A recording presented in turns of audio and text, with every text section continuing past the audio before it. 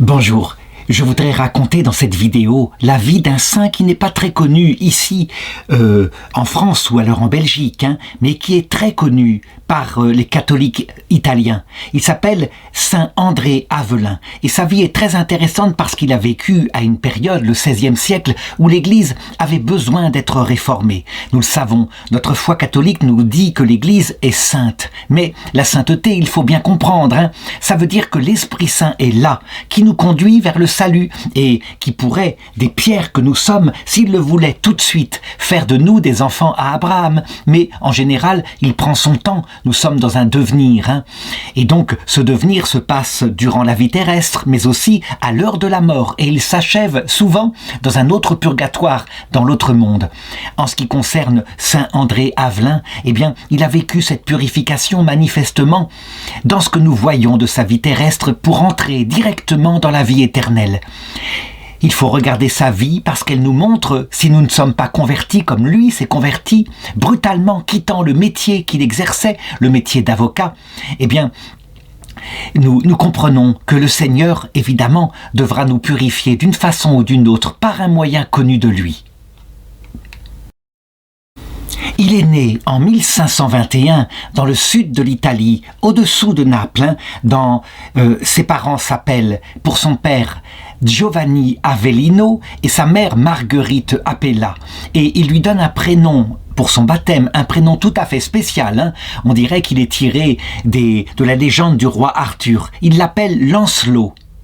Ils vont très vite l'élever dans la foi catholique et lui donner comme premier précepteur son oncle qui est un prêtre, un archiprêtre même, qui s'appelle Cesare Appella.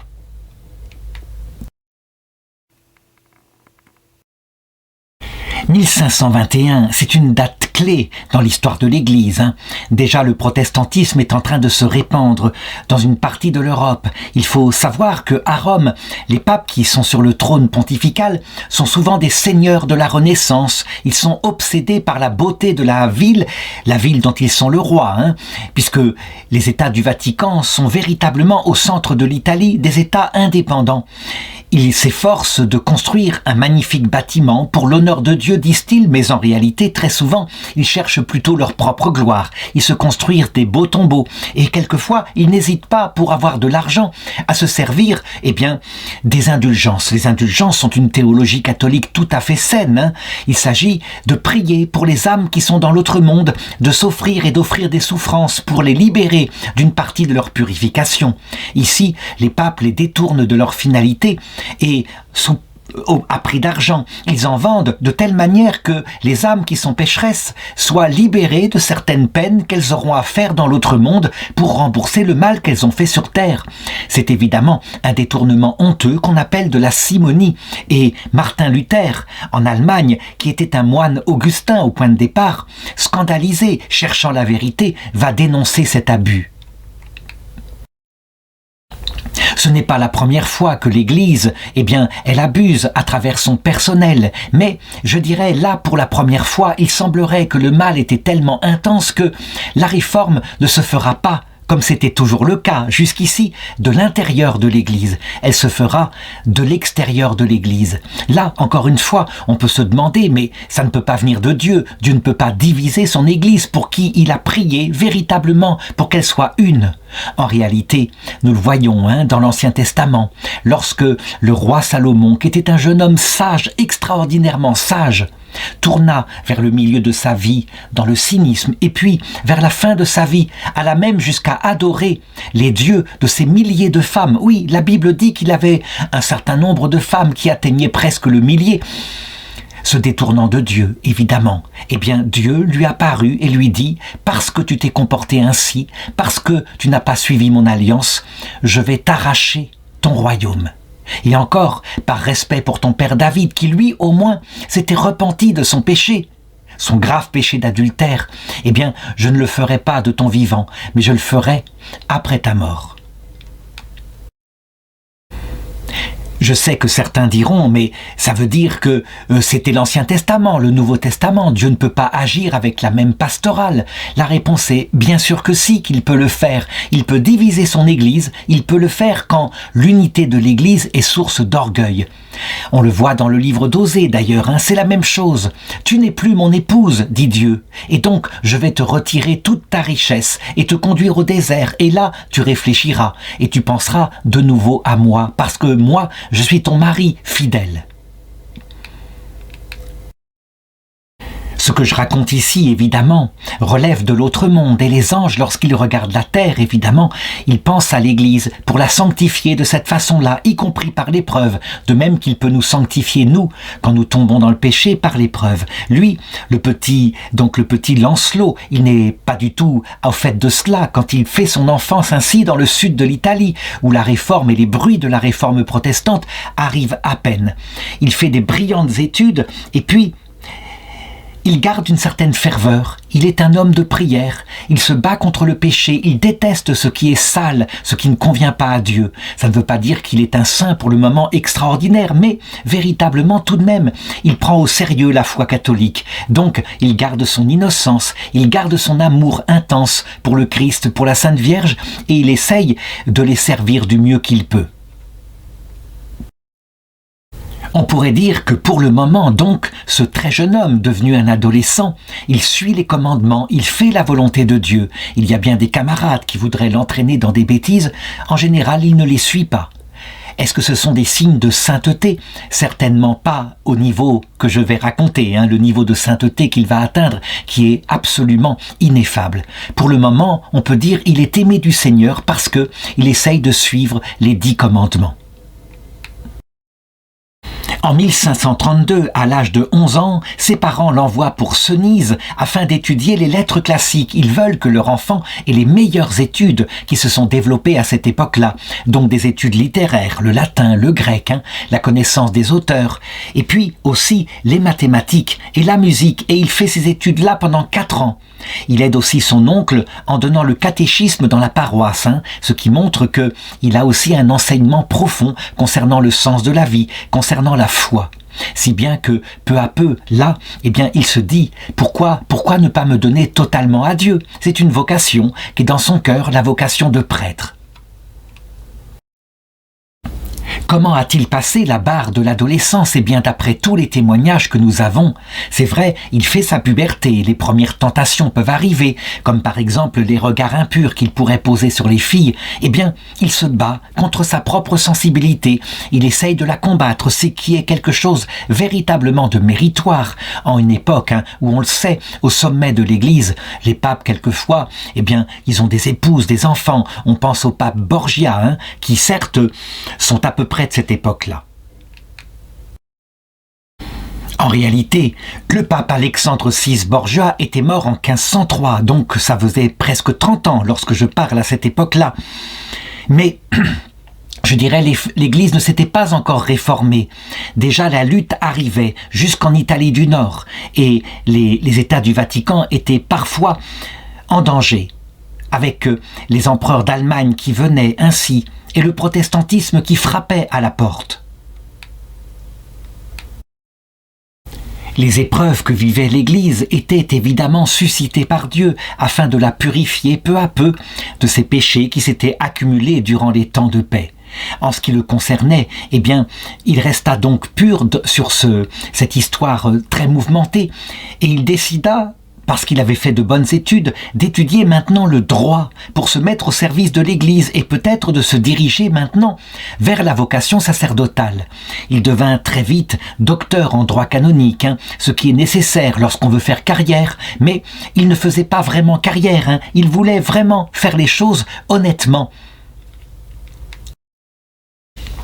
En 1547, à 26 ans, il est ordonné prêtre et alors il commence à travailler maintenant comme avocat ecclésiastique auprès de l'évêché de Naples. Il aurait pu, parce qu'il connaissait bien le droit, plaider aussi pour des affaires civiles et gagner beaucoup d'argent, mais il se décida, dès cette période-là, à cause de ce cœur droit devant Dieu, de ne plaider que dans des procès canoniques, donc qui concernaient l'Église, des prêtres, des mariages, pour voir s'ils étaient valides, des choses comme cela. Cependant, il faut savoir que le métier d'avocat n'est pas comme le métier de juge.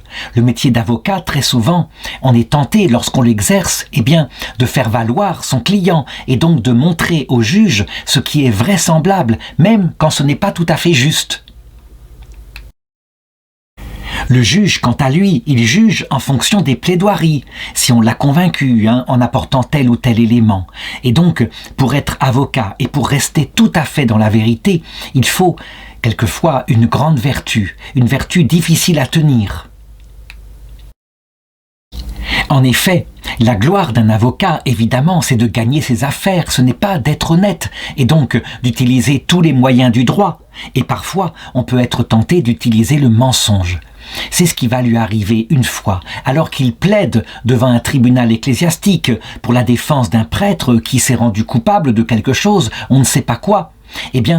Voilà qu'il utilise le mensonge. Peut-être, dit-on, un petit mensonge. Il falsifie quelque peu la vérité. C'était très habile, ça ressemblait à la vérité, mais il le savait, ce n'était pas tout à fait la vérité. Il sort de là, il triomphe dans cette affaire, mais il en sort avec une conscience souillée. Il est là, il se regarde, et quelque temps après, alors qu'il lit l'Écriture, il tombe sur un proverbe qui dit ceci: « La bouche qui ment tue l'âme ». Et il comprend immédiatement, il a suffisamment d'études de théologie, qu'il est en train de tuer son âme, qu'il est donc, parce qu'il a menti, en état de péché mortel.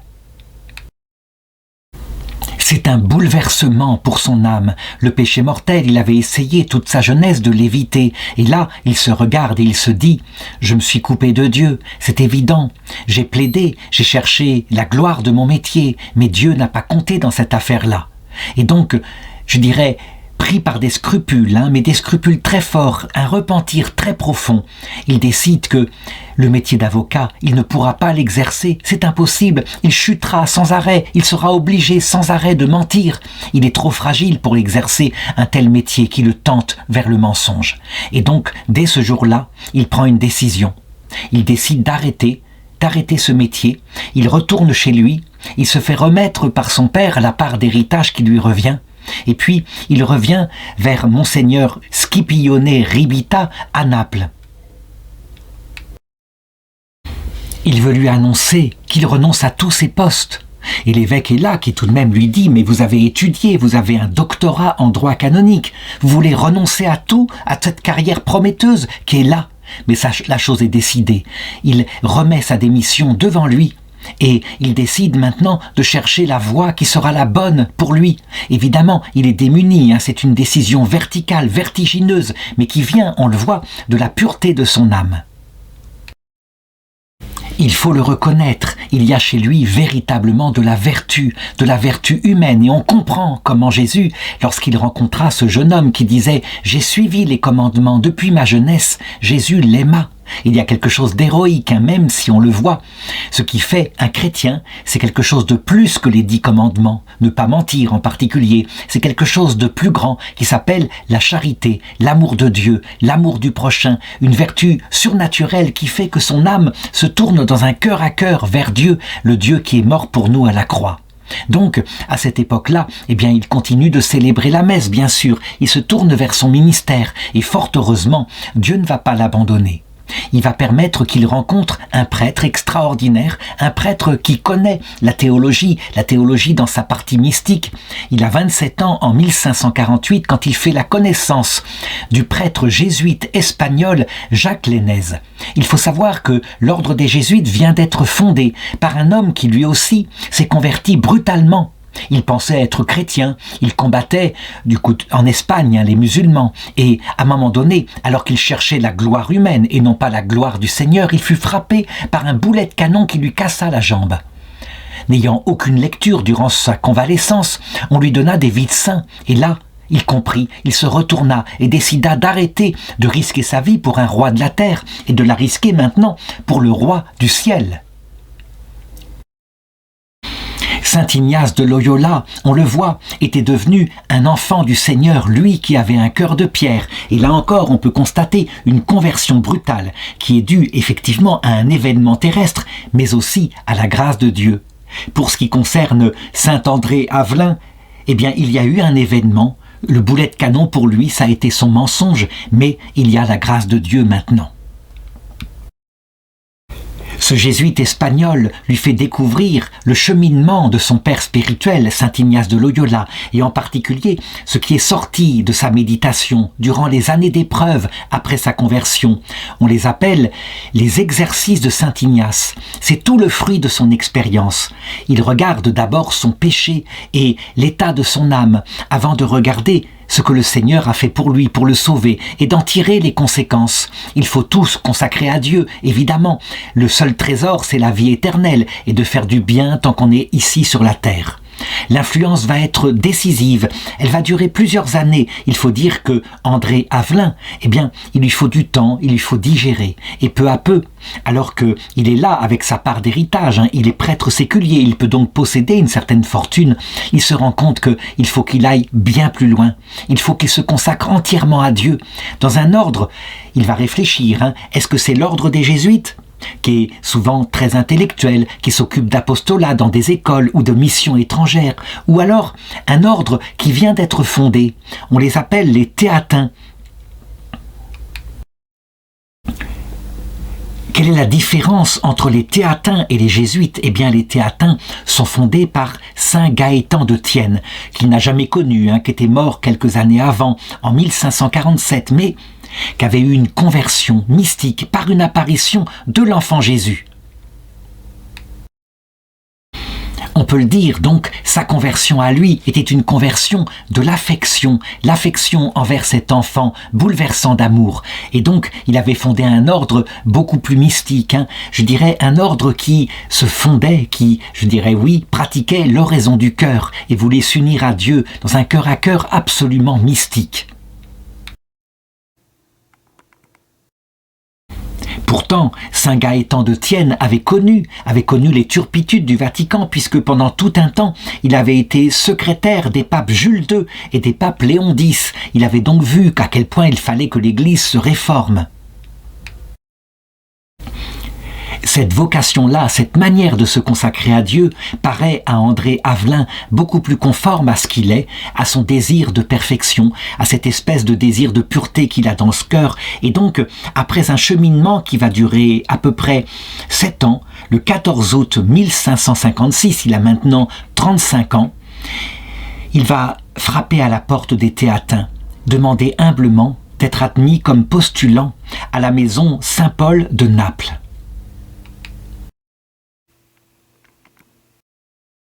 Le supérieur des théatins est surpris. Habituellement, les novices qui frappent à la porte sont plutôt des jeunes hommes qui ne sont pas prêtres. Là, c'est un prêtre fait, un docteur en droit canonique, quelqu'un qui avait une place très importante au niveau de l'archevêché. Et donc, on lui demande d'attendre. Et il faut bien comprendre, en effet, lorsqu'on admet des personnes qui sont mûres, qui ont déjà eu leur formation, quelquefois, lorsque c'est une jeune communauté comme celle-là, on prend des risques. Quelquefois, il pourra y avoir contestation, la souplesse est moins forte dans l'âme. Et finalement, quand on voit l'homme obéissant qu'il est, prêt à se soumettre à toutes les règles, il finit par être admis. Et le 30 novembre, donc quelques mois plus tard, il finit par être admis, il revêt l'habit de novice et on lui donne un nouveau nom. Il prendra maintenant, alors qu'il s'appelait Lancelot, un combattant humain, si on peut le dire, il prendra maintenant le nom d'André, en l'honneur de l'apôtre André, qui mourut martyr au service du Seigneur. Je l'ai dit, jamais il ne rencontrera physiquement saint Gaëtan de Thiène, qui était mort depuis 9 ans quand il décide enfin de franchir les portes des théatins, mais le parfum, la sainteté qu'avait transmis à ses fils saint Gaëtan de Thiène est là, parfaitement présent dans le monastère où il est entré. Il va donc en bénéficier. Ce qui est étonnant d'ailleurs, c'est l'influence énorme que va avoir Gaëtan de Thiène en ce qui concerne la réforme de l'Église. À cette époque-là, a été élu sur le siège de Pierre des papes qui tout d'un coup se mettent à se réformer. L'un des disciples, le cardinal Jean-Pierre Carafa, qui l'avait aidé à fonder son ordre, est devenu le pape Paul IV. Les Théatins, dont il est très proche, se sont donnés comme mission, en particulier, de remettre de la ferveur dans le clergé, de faire que on se remette à célébrer la messe, qu'on le fasse avec un grand amour pour le Seigneur. On ne peut pas être prêtre simplement pour faire carrière. Et Paul IV, il essaye de faire les choses. On le voit finalement. La réforme protestante qui a tellement secoué l'Église, qui lui a retiré une partie des nations d'Europe, elle a fini par la forcer à se réformer. Et nous sommes au bord de ce qu'on va appeler bientôt la contre-réforme catholique. Ça veut dire une prise de conscience de l'Église catholique de ses péchés, mue par ses malheurs, et une réforme intérieure. Évidemment, dans l'ordre des Théatins, quand on se rend compte que ce novice-là est vraiment obéissant, qu'il cherche l'amour de Dieu, qu'il est très humble, eh bien, très vite on l'admet à ses vœux perpétuels. Et à cause des qualités qu'il a, qualités intellectuelles, la compréhension profonde de la spiritualité de Saint Gaëtan de Thiène, très vite on lui donne une charge à responsabilité. Il devient maître des novices. On peut le dire, c'est l'avenir de la communauté qui est mis entre ses mains. Ça veut dire que vraiment, on croit qu'il est membre des Théatins. Il va le rester pendant 10 années, avant d'être nommé supérieur de tout l'ordre. Il me faut maintenant regarder ce qu'on sait de son âme, ce que ses frères voyaient. Il faut savoir que quand on entre dans un ordre religieux, il n'y a plus de mensonge. On est à nu devant ses frères quelque part. Et donc l'hypocrisie, elle transparaît. Alors que jusqu'ici, quand il était dans la maison de son sacerdoce, tout seul, eh bien, il pouvait effectivement ne pas être connu. Donc, sa sainteté se voit d'abord par son observation parfaitement obéissante au fort externe de la règle des Théatins. Il est présent à l'office avec une grande ferveur. Il suit tous les horaires qui sont là marqués par la Constitution. On pourrait le dire, après tout, c'est une grande ascèse, une preuve d'humilité, quelque chose de formidable. Mais ce qui transparaît, c'est le motif de cette ascèse, de ce renoncement à sa volonté propre. Manifestement, il aime le Seigneur. Il a un tendre amour, un amour même brûlant pour le Christ, pour la Vierge Marie, la Mère de Dieu. Et on le voit, qui se tourne dans l'oraison, qui fait partie de la règle de son ordre, qui se tourne dans l'oraison avec une ferveur tout à fait surprenante. Ses frères qui le voient écrivent de lui avec un grand respect. Son cœur, sa chair, tressaillaient de joie pour le Dieu vivant. Son âme était absorbée dans l'amour des parvis sacrés et défaillait à leurs pensées. Le pape Paul IV lui-même, qui est très proche de l'édit des Théatins, eh bien, entendant parler de cette recrue absolument de choix, qui est entrée dans cet ordre qu'il chérit, décide de le recevoir à Rome. Et là, il se rend compte qu'il y a avec lui une communion spirituelle très intense. Il lui confie son souci qu'il a de réformer maintenant de l'intérieur l'Église. Et je dirais, puisque manifestement il peut compter sur lui, que son amour pour Dieu est absolument indéniable, eh bien, de se mettre au service de l'archevêque de Naples pour les missions qu'on lui demandera. Et bien sûr, il promet d'obéir au pape, de suivre son souci qu'il a pour la Sainte Église. On va voir dans des actes très concrets à quel point la sainteté qui est dans son cœur n'est pas une demi-sainteté. À un moment donné, eh bien, les neveux, les fils de son frère, sont assassinés dans une vendetta telle qu'elles existaient au sud de l'Italie. Normalement, quand il y a un assassinat comme cela, on entre dans une vengeance. Ça veut dire que on ne se repose pas tant qu'on n'a pas tué à son tour quelqu'un parmi la famille de ceux qui ont assassiné. Il va auprès des siens et d'abord il commence à les convaincre, ou il essaye de les convaincre, de ne pas pratiquer une vengeance privée, mais de les livrer, puisque les coupables sont connus, à la justice, de manière à ce qu'on passe de la vengeance, qui elle ne s'arrêtera jamais, à la justice. Lorsqu'ils sont arrêtés, qu'est-ce qu'il va faire ? Eh bien, il va demander la grâce pour les assassins, de manière à ce que leur peine ne soit pas la plus terrible qu'on puisse infliger.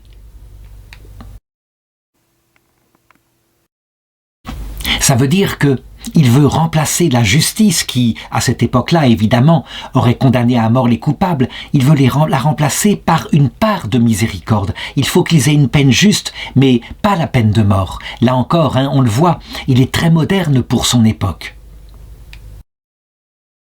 Eh bien, devant un tel amour qui, évidemment, touche les juges, il va obtenir ce qu'il veut. Son action nous permet de voir d'ailleurs ce qui va se passer dans la civilisation chrétienne au XXe siècle. Partout, la peine de mort va être annulée, sauf peut-être aux États-Unis, mais je dirais, elle est remplacée par la prison, et quelquefois même pas par la prison à vie, au point que quelquefois on laisse une chance, y compris quelquefois à de grands criminels qui ne sont pas réformables, une chance de se réformer après 20 ou 30 années de prison. Eh bien, je dirais que quelquefois les valeurs viennent vraiment du christianisme, mais se coupant du Christ, elles peuvent devenir folles. Il est évident que, selon les cas, lorsqu'un criminel n'est pas amendable, il faut une vraie prison à vie. N'empêche, on le constate, c'est par l'Évangile que saint André Avelin, par l'Évangile et dans les valeurs de l'Évangile, que intuitivement, il avait compris qu'il fallait mettre une part de miséricorde dans la justice italienne de cette époque-là. Son amour est bouleversant et on lui confie de plus en plus de missions, comme par exemple des missions très humbles, habituellement données à des prêtres qui n'ont pas un statut de supérieur, comme la confession des pauvres pécheurs dans les villages aux alentours de Naples. Eh bien lui, il dit, c'est le plus grand des apostolats, je veux le faire, et il va avec une grande piété et des conseils d'une prudence admirable. Il parcourt les villages autour de Naples et là, il reçoit en confession tous ceux qui veulent recevoir l'absolution. Ces conseils sont judicieux. Il faut savoir que le confesseur n'est pas simplement un distributeur de miséricorde. Il a aussi une part de justice à exercer. Il peut même parfois refuser l'absolution lorsqu'il constate qu'il n'y a pas repentir. Lui, il ne va pas refuser d'absolution. Mais, je dirais, il aide les personnes et par sa ferveur, il les aide à se réformer. Je voudrais raconter une mission qui va lui être confiée par l'archevêque de Naples. Il y a dans le secteur un couvent de religieuses, le couvent Saint-Archange de Baiano, qui manifestement souffre d'un véritable relâchement. Sans doute peut-être à cause de la supérieure qui a laissé les choses filer. Bref, les sœurs se comportent comme des dames de la haute noblesse. Elles reçoivent des messieurs. Il y a quelque chose qui n'est pas du tout digne de la vie religieuse, de la vie de consacré. Et donc l'évêque voudrait qu'il aille les voir et qu'il essaye de les réformer.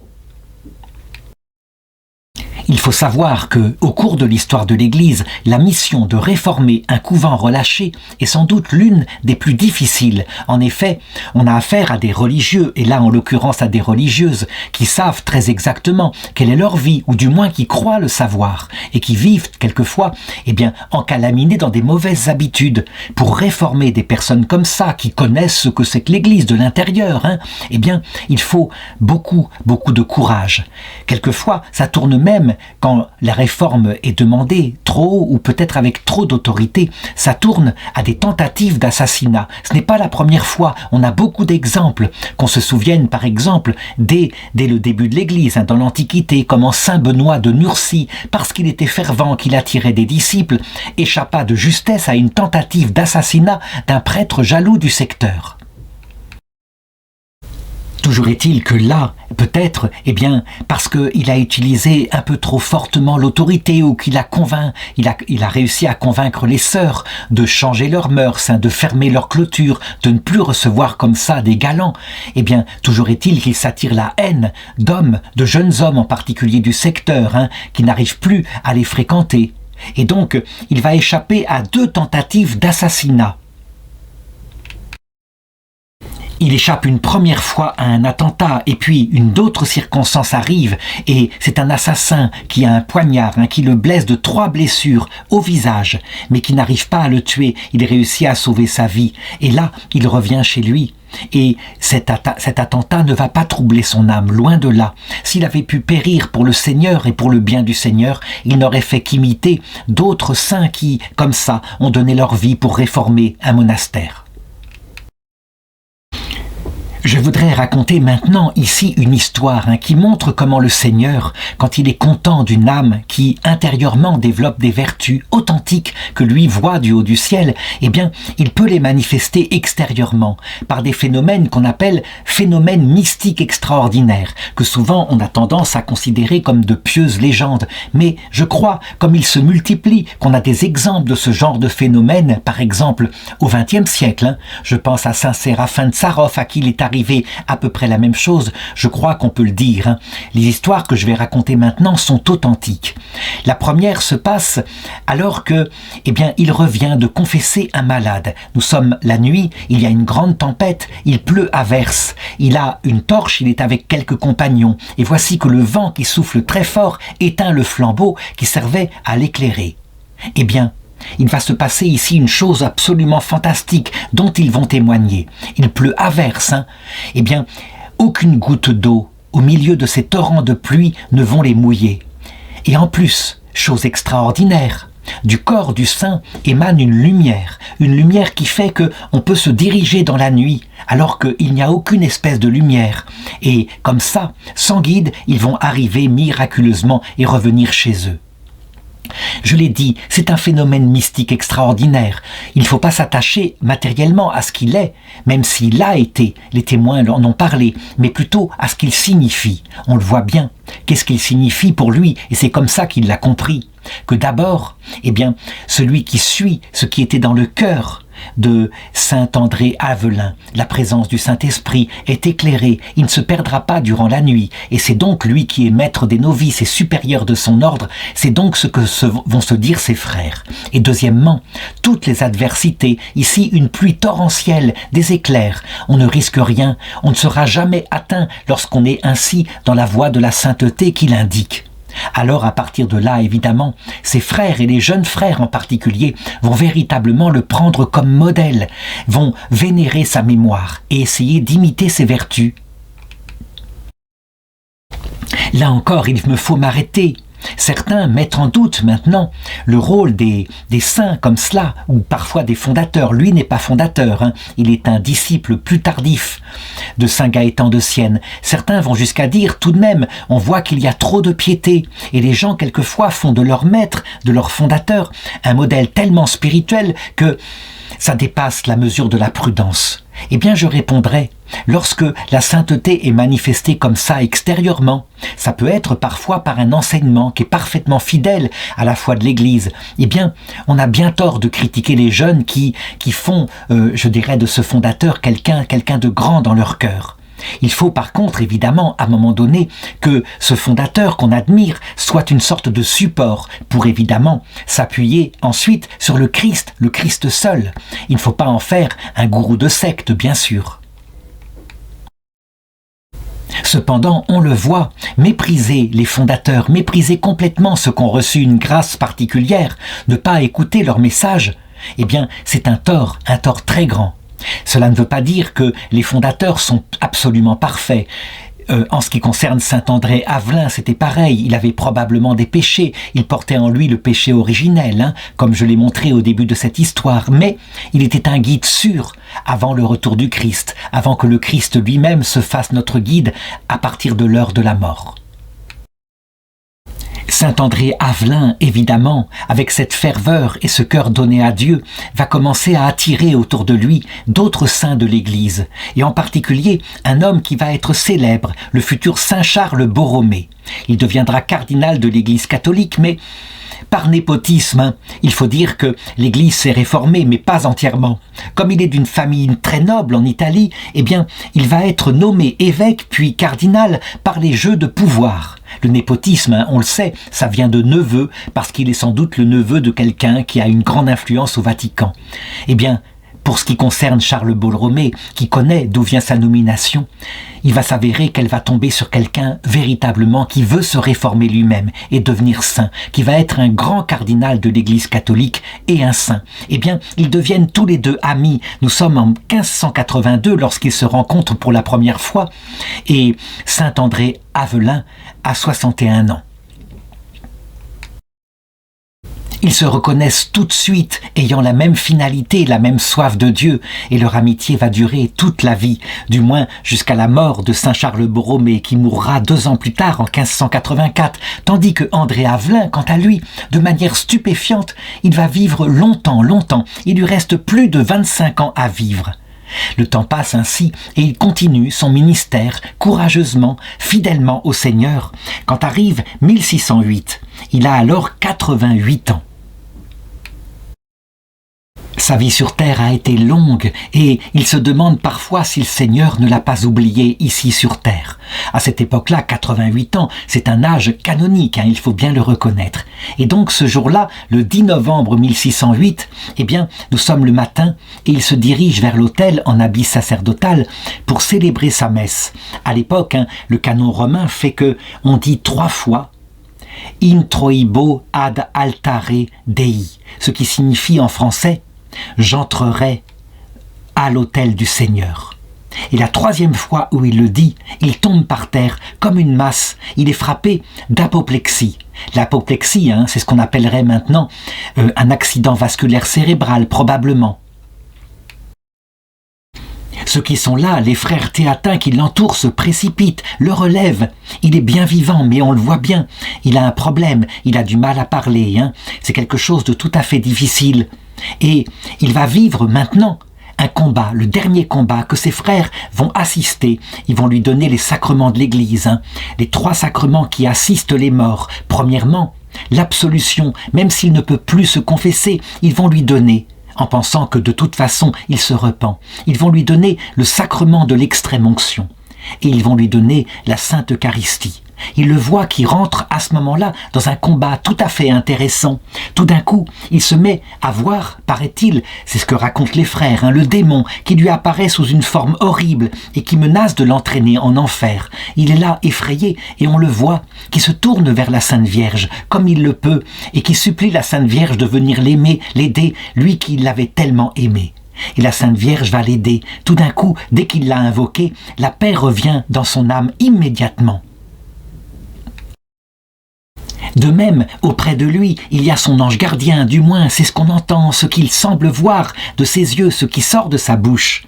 On a là, manifestement, une image que ses frères ont pu raconter du combat qui se passe normalement invisiblement à l'heure de la mort, où on doit être confronté effectivement à Lucifer, qui là s'appuiera sur tous nos péchés, ce qui reste, pour essayer de nous convaincre de le suivre dans sa révolte.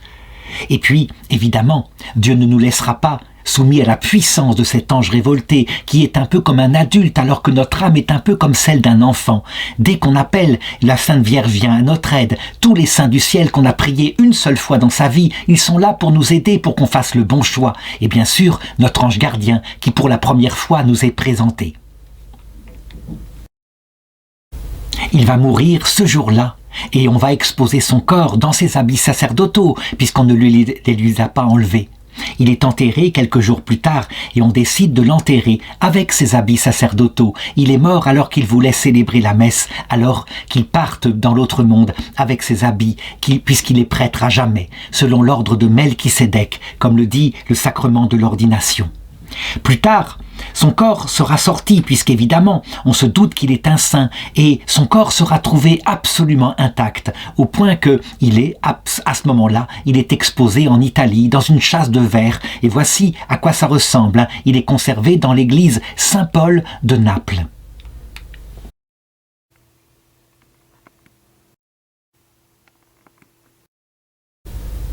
Pour le coup, la conservation de son corps ici, je crois qu'elle signifie manifestement la pureté de son âme. Lui qui avait combattu toute sa vie le péché, quitte à renoncer à une brillante carrière sur la terre qu'il voulait faire pour obtenir une carrière qui maintenant allait briller au ciel. Je ne peux pas dire que la conservation du corps des saints, qui arrive fréquemment, est toujours liée à la pureté des mœurs, en particulier la pureté par rapport aux tentations sexuelles. Non, quelquefois, c'est juste un phénomène par lequel Dieu manifeste que vraiment la personne, il veut la mettre en avant. En tout cas, l'Église, elle le fait systématiquement. Quand une personne est morte en réputation de sainteté, on explore au bout d'un certain temps le tombeau pour voir si les restes sont gardés. Quelquefois, les restes sont complètement décomposé, il n'existe plus que le squelette, et ça ne veut rien dire, c'est juste un signe, pas plus. Par exemple, Sainte Thérèse de l'Enfant Jésus, qui voulait donner une petite voie pour accéder au ciel, mais que tout le monde pourrait suivre, a demandé humblement au Seigneur que son corps ne soit pas conservé. Et effectivement, il ne reste que ses os. Ce qui est étonnant, c'est que il avait été tellement célèbre, sa sainteté était tellement évidente que l'enquête canonique qui va commencer en décembre 1614 va être très rapide. 10 ans plus tard, le pape Urbain VIII va le béatifier. Nous sommes en 1624 et il sera canonisé un peu moins d'un siècle après sa mort par le pape Clément XI le 22 mai 1712. Pourquoi est-ce que l'Église a été là si rapide alors que quelquefois elle met des siècles pour d'autres personnes ? Sans doute parce que ses enseignements sont sans ambiguïté. Certes, il y a eu quelques phénomènes mystiques extraordinaires dans sa vie, je les ai racontés tout à l'heure, la lumière, la pluie qui ne l'atteint pas, les éclairs qui ne le touchent pas, mais très peu. Ce qu'on retient de lui, c'est son enseignement lié à la sainteté. Quelquefois, lorsque les saints sont des florilèges de phénomènes mystiques extraordinaires sans qu'il y ait enseignement, l'Église est un peu sur le reculoir en se disant « Est-ce que les fidèles ne vont pas se laisser tromper et croire que la sainteté, c'est dans les phénomènes extérieurs visibles ?» Alors qu'elle le sait bien, la sainteté, elle est dans la charité et l'humilité.